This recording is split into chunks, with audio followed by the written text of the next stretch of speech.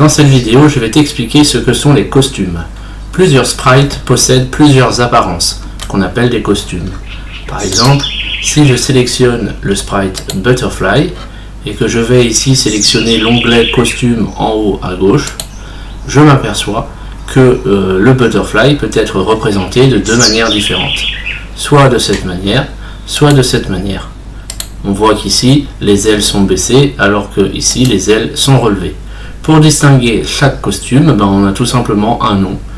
Le costume numéro 1 s'appelle le Butterfly 2A et le costume numéro 2 s'appelle le Butterfly 2B.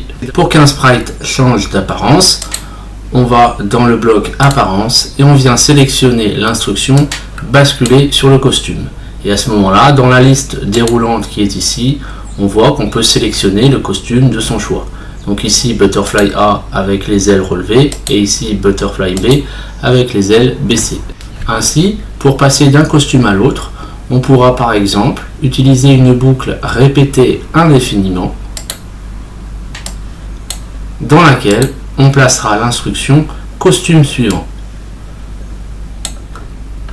qui aura pour effet de faire passer le costume de l'un à l'autre. Je n'oublie pas de récupérer le drapeau vert. Et lorsque je vais cliquer sur le drapeau vert, on aura l'impression que le papillon bat des ailes. Donc ici on voit que le battement est très rapide, on a plus l'impression d'avoir un moustique qu'un papillon. Mais ce problème de battement rapide des ailes, tu sais déjà le régler puisqu'il suffit d'introduire une instruction attendre entre chaque changement de costume.